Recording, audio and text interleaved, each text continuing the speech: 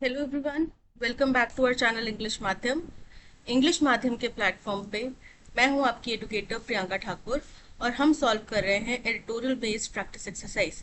Start करते हैं आज का session with thought of the day, that is hard work and determination are equivalent to success. यानी कि सफलता के लिए दो जो बहुत इंपॉर्टेंट चीजें हैं जिनका समावेश जरूरी है वो है मेहनत और दृढ़ निश्चय। अगर आपने सोच रखा है, ठान रखा है कि आपको एसएससी क्वालिफाई करना है, तो आपकी मेहनत आपको उसमें मदद करेगी आगे बढ़ने में। ठीक है, चलिए स्टार्ट करते हैं। Reading comprehension and practice exercise for SSC CGL 2024। The stampede at a religious congregation at Hathras in western Uttar Pradesh.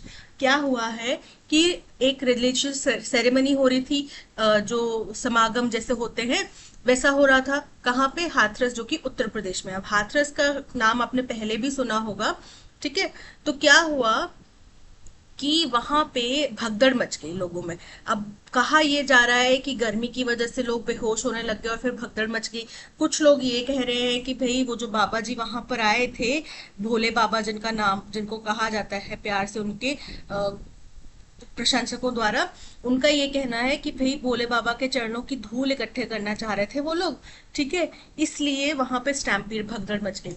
तो बोल रहे हैं कि जो स्टैम्पीड हुआ, भगदड़ मची एक रिलीजियस कॉन्ग्रीगेशन, कॉन्ग्रीगेशन मतलब जमावड़ा गैदरिंग में। कहाँ पे? हाथरस में। कहाँ पे हुआ? वेस्टर्न उत्तर प्रदेश में। क्लेमिंग ओवर 120 लाइव्स, जिसमें 120 से भी ज्यादा लोगों की जान गई। Is only the latest in series of such tragedies. तो ये जो पूरी श्रृंखला है इस तरह की घटनाओं की, इसमें ये सबसे लेटेस्ट एडिशन है। ठीक है, सबसे लेटेस्ट एक ट्रेजेडी जुड़ गई है हमारे देश में, in the country. There have been at least half a dozen such incidents in last 20 odd years। बोल रहे हैं पिछले 20 सालों में, odd years मतलब अप्रोक्सीमेटली, तो पिछले 20 सालों के आसपास दर्जन से भी ज्यादा, आधा दर्जन से भी ज्यादा इस तरीके की घटनाएं हो चुकी हैं। In this instance, at least 1 lakh of people flocked to Fulrai village to listen to an address by a preacher, Suraj Paul, also known as Narayan Sakkar Hari और भोले बाबा। बोल रहे हैं कि इस घटना में क्या हुआ, लाखों की संख्या में लोग जो है वो इकट्ठा हो गए। कहाँ पे? वो आ गए। कहाँ पे आए? फुलराई विलेज। किसके लिए? वहां पे एक प्रीचर आ रहे थे, संत महात्मा कथावाचक जो होते हैं, उपदेशक होते हैं, वो आ रहे थे। सूरजपाल, जिनको नारायण सकार हरि के नाम से भी जानते हैं या भोले बाबा के नाम से भी जानते हैं, वो वहां पर आए। There are reports that there were over 2.5 lakh participants at the venue। Reports के अनुसार वहां उस वेन्यू में, उस जगह पे 2.5 लाख लोग आए हुए थे, which could accommodate no more than 80,000। और जिस वेन्यू में 2.5 लाख लोग आए हुए थे, वो वेन्यू की कैपेसिटी केवल 80,000 लोगों की है। ठीक है, the preacher is said to have followers in states such as Madhya Pradesh, Rajasthan and Haryana too. ये जो उपदेशक हैं, कथावाचक हैं, इनका फॉलोअर्स जो हैं वो मध्य प्रदेश, राजस्थान और हरियाणा जैसे शहरों में है। Most of the deceased, mainly women and children, were from the economically vulnerable sections of society। जो ज्यादातर लोगों जिनकी मृत्यु हुई, जिनमें अधिकतम महिलाएं और बच्चे थे, वो इकोनॉमिकली वल्नरेबल यानी कि आर्थिक रूप से कमजोर तबके से आते हैं समाज के। And were in search of spiritual solace. और वो वहां क्यों आए थे वहां पे? अब क्यों जाते हैं इस तरीके की संतों की शरण में? आपको धार्मिक ज्ञान मिले, अध्यात्म मिले, शांति मिले, इसके लिए तो वो लोग भी वहां पे आध्यात्मिक शांति की तलाश में आए थे। While only a fair investigation can find out the cause for the stampede। बोल रहे हैं एक पर्याप्त निष्पक्ष जांच ही असल कारणों का पता लगा सकती है इस भगदड़ के पीछे। The reasons being cited including overcrowding and the bid by some to collect soil from around the feet of the preacher. बोल रहे हैं लेकिन जो तथ्य, जो रीजंस दिए जा रहे हैं, जिन कारणों का हवाला दिया जा रहा है, उनमें से एक है कि बहुत ज्यादा वहां पे भीड़ थी, जितने कैपेसिटी थी, कैरिंग कैपेसिटी से ज्यादा की भीड़ थी।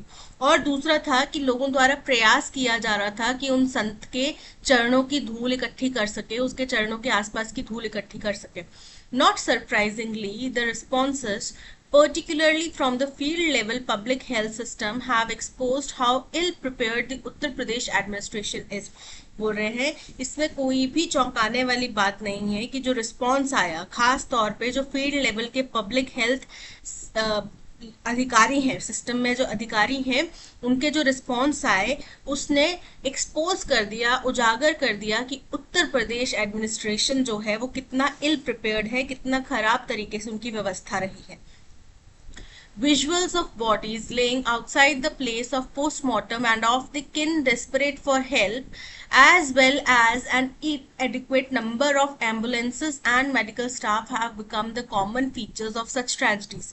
बोल रहे हैं इस तरीके के हादसों में जो एक समान सी बात हो गई है वो क्या है कि भाई मृतकों की बॉडीज इधर उधर पड़ी होती हैं, पोस्टमार्टम रूम के बाहर पड़ी होती हैं, जो उनके परिजन होते हैं वो बड़े ही डेस्परेट होते हैं, बड़े ही जरूरतमंद होते हैं उस टाइम पे कि भाई हमें मदद चाहिए, हमें हेल्प चाहिए, और एम्बुलेंसेस की संख्या कम होती है, पर्याप्त मात्रा में नहीं होती, पर्याप्त मात्रा में मेडिकल स्टाफ नहीं होता. इस तरीके के हादसों में ये सब चीजें कॉमन बात हो गई है, कॉमन घटनाएं हैं. ठीक है. What has made it worse is the preacher and his aides reportedly leaving the site even as panic-stricken people were dying.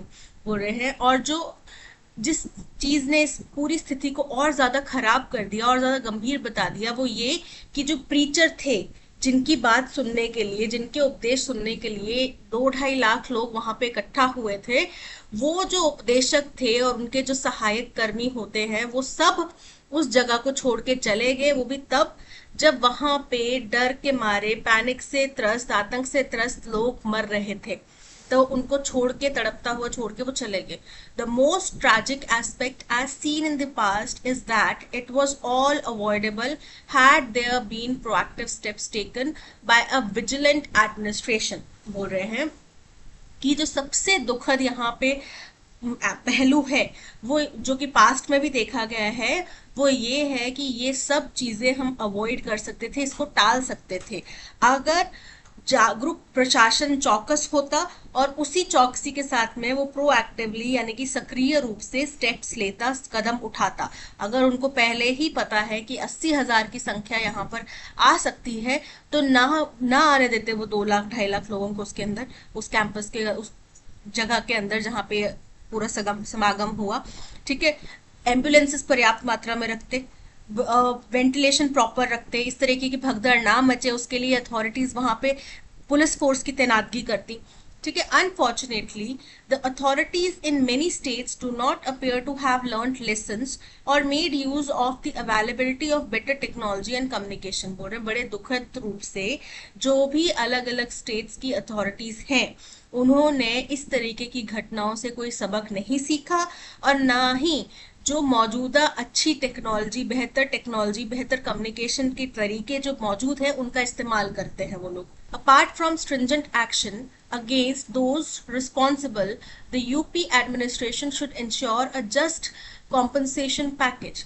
बोल रहे हैं अब कठोर सख्ती से कठोर एक्शन तो लिया जाना चाहिए उन लोगों के प्रति जो जिम्मेदार हैं, पर यूपी एडमिनिस्ट्रेशन को यहाँ पे एक वाजिब कॉम्पनसेशन पैकेज भी बोलना चाहिए, बताना चाहिए.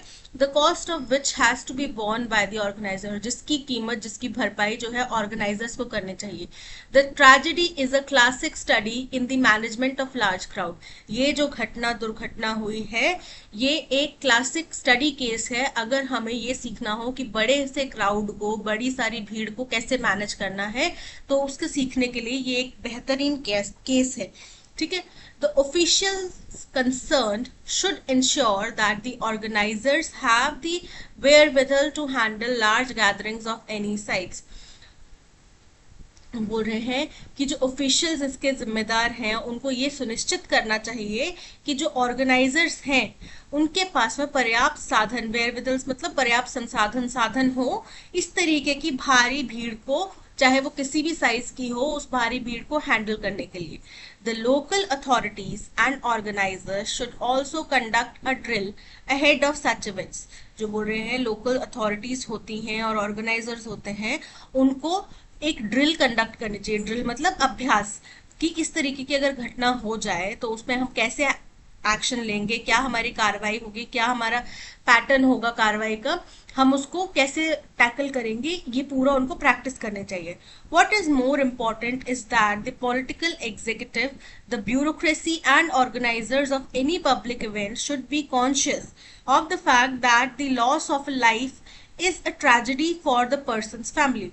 बोल रहे हैं बहुत अहम क्या है कि जो भी पॉलिटिकल तंत्र है, जो ब्यूरोक्रेसी है, ब्यूरोक्रेसी मतलब सरकारी तंत्र है, और जो ऑर्गेनाइजर्स हैं किसी भी पब्लिक इवेंट के, उनको इस बात की जागरूकता रखनी चाहिए, इस बात की सावधानी रखनी चाहिए, इस तथ्य की कि अगर एक भी जान जाती है तो वो उस परिवार के, व्यक्ति के पूरे परिवार के लिए एक दुखद घटना होगी. ठीक है. The arrangements of for mass function should be govern by this fact. और जो भी पर्याप्त मात्रा में, जो भी अरेंजमेंट, जो भी व्यवस्था करी जाए इस तरीके के बड़ी गैदरिंग्स के लिए, उनमें ये तथ्य जो है उसको ध्यान रखना चाहिए. तो ये था पैसेज. चलिए स्टार्ट करते हैं. Question number 1, what is the tone of the passage discussing the Hathras stampede. तो जाहिर सी बात है क्रिटिसाइज कर रहे हैं पूरी घटना को, और जिस तरीके से वहां पे मिसमैनेजमेंट हुआ है, चीजों को अनदेखा किया गया है, इन सब चीजों को वो क्या कर रहे हैं, डिस्कस कर रहे, क्रिटिसाइज कर रहे हैं. ठीक है. तो पॉजिटिव तो कुछ नहीं हुआ. 120 से भी ज्यादा लोगों की जाने जाना डेफिनेट सी बात है, मैंने पहले भी बोला है, एक जान भी जाना कोई ऑप्टिमिज्म की बात नहीं होगी. ठीक है. तो ये इनकरेक्ट है.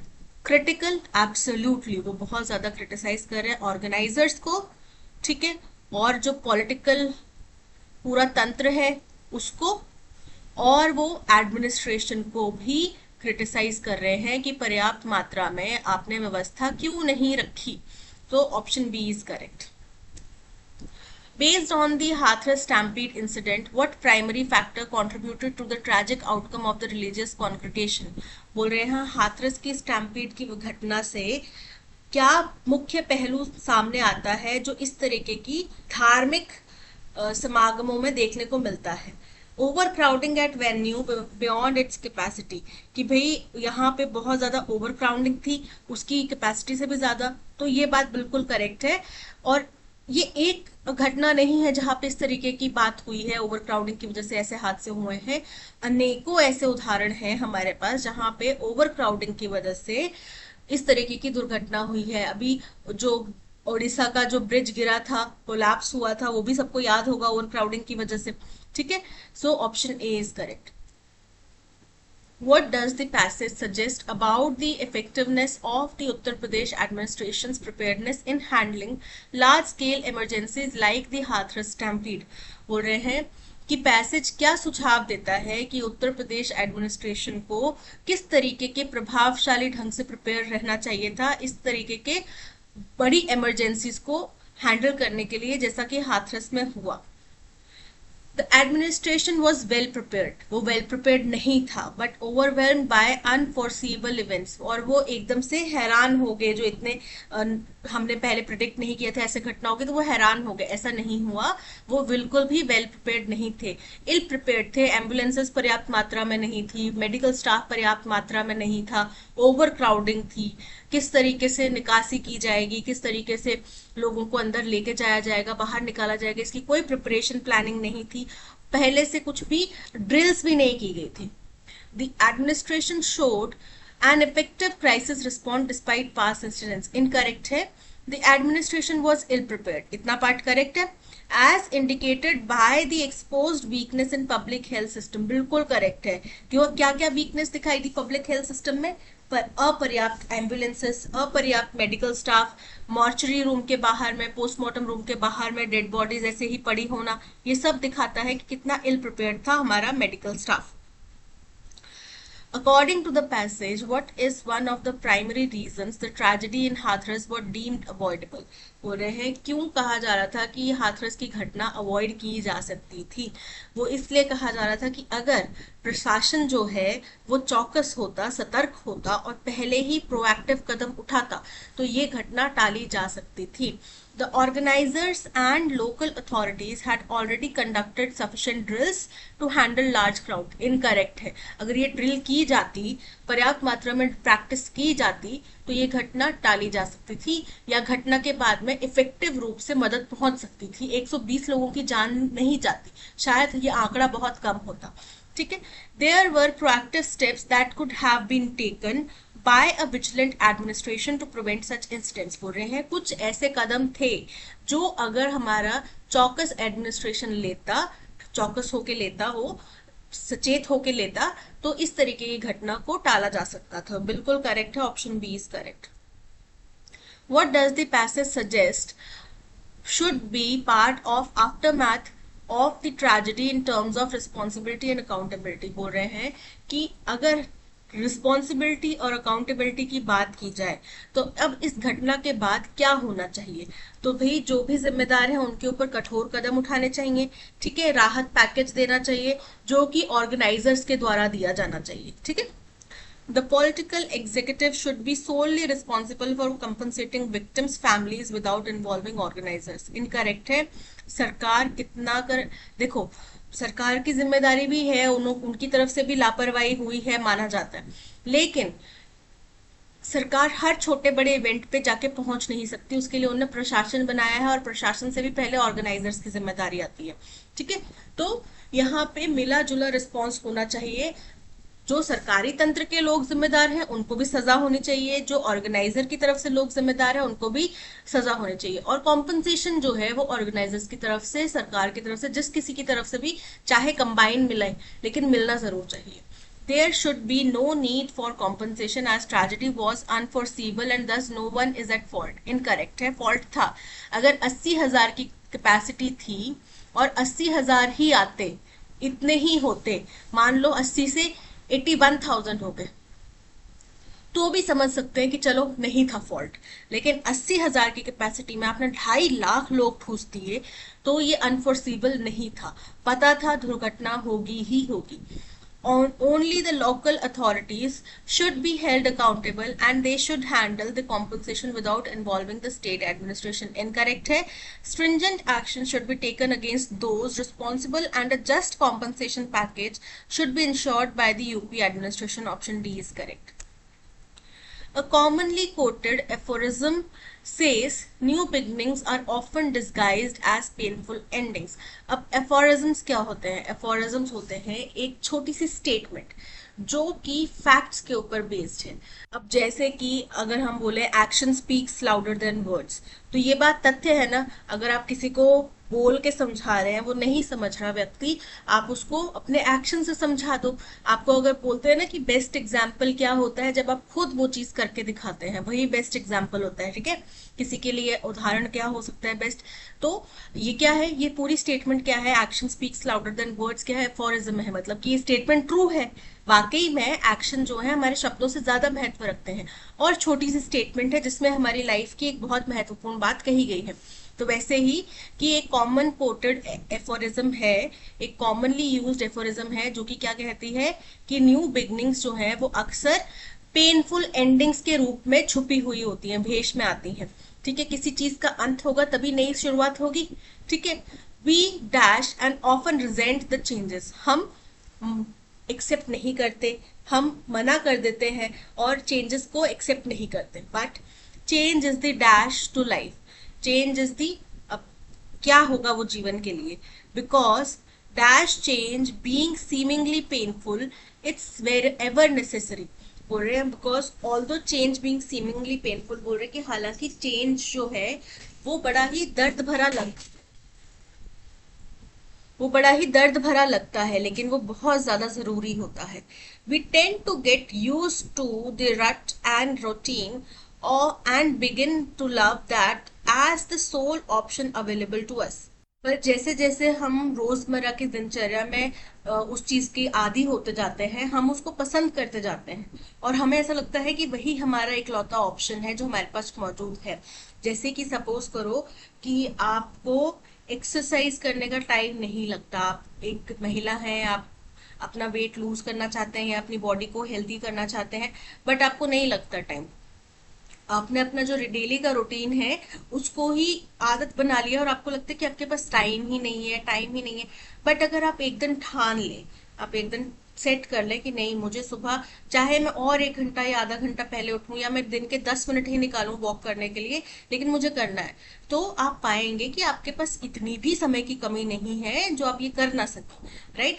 लेकिन क्या होता है कि हम जो बदलाव है उसको एक्सेप्ट नहीं करना चाहते, जो चीज हमारे पास ऑलरेडी है हम उसको इतना ज्यादा अपने रूटीन का हिस्सा बना लेते हैं कि हमें लगता है कि इसके अलावा हमारे पास कोई ऑप्शन है ही नहीं।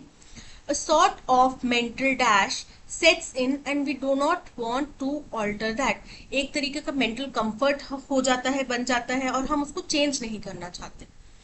The human mind doesn't like to break a set pattern. इंसान का दिमाग ऐसा है कि कोई भी एक पैटर्न सेट हो गया, एक रूटीन सेट हो गया, वो उसको चेंज नहीं करना पड़ जाता, क्योंकि उसको चेंज करने में दिमाग को वापस से एक्टिव होना पड़ेगा, उसको वापस से काम करना पड़ेगा, और काम करना तो है ही बड़ा बड़ा ही टफ काम, right. But until that set and fixed pattern is broken, how can something new and even more exciting be welcome? लेकिन जब तक हम उस एक फिक्स्ड पैटर्न को, एक सेट पैटर्न को तोड़ेंगे नहीं, तब तक हमें क्या पता चलेगा कि क्या नया हमारे जीवन में आ सकता है, या वो जो नया हमें लाने वाले हैं वो कितना एक्साइटिंग हो सकता है। What's perceived as painful and undesirable often paves the way for something better. जिसको हम बड़ा ही दर्द भरा या अनवांछित पाते हैं, समझते हैं, वो अक्सर हमारे लिए बेहतरी के रास्ते खोल सकता है। And if not better at least different. और हो सकता है कि ना वो बेहतर ना हो, पर एटलीस्ट कुछ अलग तो होगा। In difference lies life's momentum and progress. बोल रहे हैं परिवर्तन ही संसार का नियम है, ठीक है। डिफरेंस में ही जिंदगी की गति है, उसकी तरक्की है। Once a man came to J Krishnamurti, he looked dash because he had broken up with his beloved of many years. एक बार एक व्यक्ति आया जे कृष्ण मूर्ति के पास में, वो बड़ा ही दुखी दिख रहा होगा, क्योंकि उसके बहुत ही प्रिय कोई पार्टनर रहा था बहुत सालों तक का, उसके साथ में उसका रिश्ता खत्म हो गया। We dash and often resent the changes. assist मतलब सहायता करना। exist मतलब होना, किसी चीज का अस्तित्व होना। insist मतलब जोर देना, और resist मतलब रोकना। तो हम resist करते हैं और changes को मना करते हैं, right. So option D is correct. But change is the dash to life. Change is the key to life. Key मतलब उसकी चाबी है, मुख्य है, अहम है, महत्वपूर्ण है। Query question. लाइकली मतलब जो पॉसिबिलिटी है किसी चीज की संभावित रूप से। सिग्निफाई मतलब किसी चीज का अर्थ, कि ये इसका अर्थ ये है। सो यहाँ पे की है लाइफ की। चेंज जो है वो चाबी है जिंदगी की। Because but change is the key. अब यहाँ पे तो की आ गया, key to life. Because dash change being seemingly painful but in spite. तो इंस्पाइट की स्पेलिंग इनकरेक्ट है। क्या होता है? इन स्पाइट ऑफ, ठीक है, इन स्पाइट ऑफ। तो ये तो यहाँ पे फिट नहीं बैठ रहा। स्पाइट मतलब होता है द्वेष, जो कि यहाँ पे फिट नहीं बैठ रहा। डिस्पाइट मतलब बावजूद। बिकॉज बावजूद चेंज दर्द भरा, बावजूद इसके कि चेंज जो है वो बड़ा ही दर्द भरा होता है, पर ये बहुत जरूरी होता है। तो option C is correct. Similar to मतलब किसी चीज के समान। तो यहाँ पे डी फिट नहीं बैठता, option C is correct. A sort of mental dash sets in. Complacency मतलब कि आत्मसंतोष, कि हाँ भाई हमारे दिमाग में संतुष्टि है कि हम ये चीज कर रहे हैं। तो यहाँ पे एक तरीके का आत्मसंतोष बैठ जाता है हमारे दिमाग में। So option A is correct. Insufficiency मतलब अपर्याप्त। पोटेंसी प्रभावशालिता। लूसिडिटी स्पष्टता। तो यहाँ पे complacency is correct. He looked dash because he had broken up with his beloved of many years. He looked disconsolate. Disconsolate मतलब होता है बेहद दुखी। तो यहाँ पे वो दुखी ही दिखाई देगा। Isolate मतलब अलग थलग। Violate मतलब किस चीज का उल्लंघन करना। और disintegrate मतलब बड़ा ही उथल पुथल हो चुका, ठीक है। तो यहाँ पे option A disconsolate is correct। अब एंटोनिम बताना है अंडरलाइन वर्ड का। अंडरलाइन वर्ड है pompous. Everyone feels that he is pompous. हर किसी को लगता है कि वो बड़ा ही पॉम्पस है। पॉम्पस मतलब होता है अभिमानजनक, बहुत ही अभिमानी है, ठीक है, सेल्फ इम्पोर्टेंस रखता है, अपने आप को ही बड़ा महत्व समझता है। But I know the underlying truth that he is a man of great understanding and love. लेकिन मुझे पता है कि असलियत क्या है। वो एक ऐसा व्यक्ति है जो बहुत ज्यादा समझदार है और बहुत ज्यादा प्यार रखता है अपने मन के अंदर लोगों के प्रति। तो पॉम्पस का मतलब क्या हो गया, अभिमानी। तो एंटोनिम क्या आएगा, जो व्यक्ति विनम्र होगा, मॉडेस्ट, मॉडेस्ट मतलब विनम्र। लॉफ्टी, लॉफ्टी मतलब उच्च। ग्रैंडियोस मतलब बड़ा ही भव्य। हॉटी, हॉटी का मतलब होता है अभिमानी। तो यहाँ पे option A modest is correct. Incorrectly spelled word बताना है। सुविनर, सुविनर की स्पेलिंग करेक्ट है। सिंबलाइज करेक्ट है। ससेप्टिबल, ससेप्टिबल की स्पेलिंग इनकरेक्ट है। ससेप्टिबल में SUSCEPTIBLE ये होता है ससेप्टिबल की स्पेलिंग। ससेप्टिबल का मतलब होता है बड़ा ही संवेदनशील। क्या होते हैं, SUSCEPTIBLE, susceptible. Option C is correct. He was youngest than his brother. जब आप दो लोगों के बीच में कंपैरिजन कर रहे हो तो दैन के साथ में यंगेस्ट, EST जो है वो सुपरलेटिव डिग्री होता है, हमें यहाँ पे चाहिए कंपैरेटिव डिग्री। यंगर क्या होगा, younger, young, younger, youngest. He was younger than his brother, वो उसके भाई से ज्यादा युवा था, ठीक है। He was younger than his brother. Option A is correct. We were very much enthusiastic about our tour to Agra. Enthusiastic मतलब बड़ा ही उत्साही। अब इसका एंटोनिम क्या होएगा, बिल्कुल ही जिसको फर्क नहीं पड़ता, राइट। चलिए, ऑब्सेस्ड, ऑब्सेस्ड मतलब किसी चीज से बहुत ज्यादा प्रभावित होना, किसी चीज से बहुत ज्यादा ऑक्यूपाइड होना। एंशियस चिंतित। कैजुअल, कैजुअल मतलब रिलैक्स, ज्यादा कुछ फर्क नहीं पड़ता। इंक्लाइंड किसी एक तरफ झुकाव रखना। तो यहाँ पे वो क्या था, एंथुजियास्टिक था मतलब कि कैजुअल था। ऑपोजिट क्या हो गया, casual. Option C is correct. This was talked about in the meeting by the officers. By के बाद में जो होगा वो क्या होगा, हमारा सब्जेक्ट। एक्टिव वॉइस में चेंज करना है। क्या वर्ब क्या है यहाँ पे, टॉक, टॉक करना क्या है, वर्ब, ठीक है। तो टॉक्ड अबाउट ये है हमारा वर्ब और वॉज है हमारा हेल्पिंग वर्ब, ठीक है, या लिंकिंग वर्ब कह सकते हैं। तो किसने एक बात करी इसके बारे में, ऑफिसर्स। तो ऑफिसर्स क्या करे थे, टॉक अबाउट किसके बारे में, दिस, ये हमारा object, talked about this in the meeting. The officers were talking, बात कर नहीं रहे थे, करे, उन्होंने बात की वहां पे। Incorrect. The officers talked about this in the meeting. Option B is correct. From a recent research, अब अंडरलाइन स्टेटमेंट को, अंडरलाइन पार्ट ऑफ स्टेटमेंट को हमें करेक्ट सब्स्टिट्यूट से रिप्लेस करना है। Evident is it that a lot more women have been opting for professional courses. बोल रहे हैं एक रीसेंट रिसर्च में सामने आया है कि बहुत सारी महिलाएं जो हैं वो प्रोफेशनल कोर्सेज की तरफ जा रही हैं, उनको ऑप्ट कर रही हैं। तो एविडेंट इज इट नहीं होगा, it is evident that a lot more women have been opting. It is evident that more a lot women, more a lot नहीं होगा। इट इज एविडेंटली, एविडेंटली नहीं आएगा। It is evident that a lot more women have been opting for professional courses. Option C is correct. He looked gloomy. हमें synonym चाहिए bleak का, bleak का synonym चाहिए। तो पहले आपको ब्लीक का मतलब पता होना चाहिए। ब्लीक का मतलब होता है एकदम सुनसान, उजाड़, ठीक है। He looked gloomy, frail, broken and slow after the sudden demise of his brother. तो सबसे पहले ग्लूमी का मतलब होता है उदास, ठीक है, जो कि ब्लीक का सिनोनिम है, क्योंकि उजाड़ बंजर जगह है, वो बड़ी उदासीन सी होगी, राइट। स्लो, स्लो का मतलब धीरे। फ्रेल, फ्रेल का मतलब दुर्बल। सडन मतलब एकदम से। तो यहाँ पे बचा क्या, option B gloomy is correct. Mehika was one of the dash in the MasterChef competition held in our society last year. तो MasterChef competitions में बहुत सारे कैंडिडेट्स होंगे, कंटेस्टेंट्स होंगे, ठीक है। उन्हीं में से एक कंटेस्टेंट कौन था, मिहिका। तो कंटेस्टेंट होगा, कंटेस्टेंट के स्पेलिंग होते हैं KON, कॉन्टेस्ट, ठीक है। और ये हो गया कॉन्टेस्ट और एंड्स, कॉन्टेस्टेंट्स। सो कंटेस्टेंट्स नहीं होता, कॉन्टेस्ट कॉन्टेंट्स नहीं होता, contestants. Option C is correct. Elusive, elusive का हमें बताना है एंटोनिम। तो पहले आप इल्यूसिव का मतलब बताइए। इल्यूसिव का मतलब होता है टाल मटोल करने वाला। एक्सप्लोसिव, एक्सप्लोसिव मतलब विस्फोटक। अफोर्डेबल, जो आप सस्ते दाम में खरीद सकें। डेफिनेट, डेफिनेट मतलब होता है बहुत ही स्पष्ट, क्लियर। रिजिड, कठोर। तो यहाँ पे इल्यूसिव का सिनोनिम हो, एंटोनिम होगा definite. Option C is correct. The students must complete the assignment by Friday. Students को शुक्रवार तक असाइनमेंट कंप्लीट करना चाहिए। तो क्या कंप्लीट करना है? कंप्लीट करना है क्या? The assignment. ये क्या हो गया हमारा subject? The assignment must be completed by the students by Friday. The assignment must be completed by the students by Friday. Option A is correct.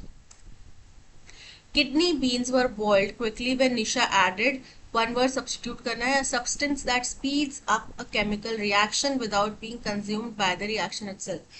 जब भी आप किसी प्रक्रिया में उसको और ज्यादा फास्ट अप करने के लिए कुछ डालते हैं, उसको बोलते हैं कैटलिस्ट।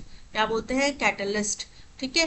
रिएक्टेंट, रिएक्टेंट क्या होता है? वो पदार्थ जो कि किसी रिएक्शन में पार्ट ले रहा हो। ठीक है। एंजाइम, एंजाइम किसी भी लिविंग ऑर्गेनिज्म द्वारा प्रोड्यूस किया जाने वाला प्रोटीन होता है। सोल्यूट, सोल्यूट जो पदार्थ घुलता है, किसी घुलने वाली चीज में जो घुलता है उसको बोलते हैं सोल्यूट। एक होता है सोल्यूट, एक होता है सॉल्वेंट। सॉल्वेंट मतलब जो जिसके अंदर घोला जाना है, पानी हो गया। और नमक क्या हो गया? सोल्यूट, जो कि पानी में डाला जाएगा। तो यहाँ पे option B catalyst is correct. Sarah just gave dash to a baby boy। बच्चे को क्या देते हैं? जन्म देते हैं। just gave birth to a baby boy। Option A birth, BIRTH is correct। My mother asked my father to increase her personal use allowance। बोल रहे हैं मेरी माता ने मेरे पिता से बोला कि मेरे पर्सनल यूज के जो खर्चे हैं वो बढ़ाने के लिए। तो क्या वन वर्ड सब्स्टिट्यूट किया जाता है? Pin money. पिन मनी मतलब होता है जेब खर्च के लिए पैसा। पेलमेल, पेलमेल मतलब अव्यवस्थित रूप से। Rank and file, rank and file मतलब सामान्य सदस्य। Pins and needles, pins and needles का मतलब होता है किसी तरीके की झंझनाहट फील होना। और पिन मनी मतलब जेब खर्च। तो option D is correct. Repeal, repeal का मतलब होता है किसी चीज को निरस्त करना, कैंसिल करना। इसका एंटोनिम क्या होगा? अप्रूव करना। तो अप्रूवल इज करेक्ट। एक्सपेंस, खर्चा। सेपरेशन, अलगाव। और एडवर्सिटी, विपत्ति। तो यहाँ पे option A approval is correct. On a regular basis can improve, regular basis पे इम्प्रूव हो सकता है। क्या चीज इम्प्रूव हो सकती है? नहीं पता। तो ओ हमारा फर्स्ट स्टेटमेंट नहीं होगा, incorrect. Engaging in physical activity, physical activities में इंगेज होना, उसमें लीन होना, फिजिकल एक्टिविटीज करना। The risk of chronic diseases and boost mental health, risk, chronic disease का रिस्क और मेंटल हेल्थ को इम्प्रूव करना। Cardiovascular health reduce, cardiovascular health को रिड्यूस करेगा कुछ। तो बोल रहे हैं अगर हम फिजिकल एक्टिविटी करते हैं रेगुलर बेसिस पे तो क्या होगा? ये इम्प्रूव करेगा कार्डियोवेस्कुलर हेल्थ और रिड्यूस करेगा क्या? Risk of chronic disease and boost mental health. तो हमारा अरेंजमेंट क्या बन रहा है? PORQ, PORQ। Option C is correct. That's all. आज के सेशन में इतना ही। Thank you so much for watching. अगर कंटेंट पसंद आया हो तो लाइक, शेयर और सब्सक्राइब जरूर कीजिएगा। मिलते हैं नेक्स्ट सेशन में। Till then keep learning and keep practising. Bye bye.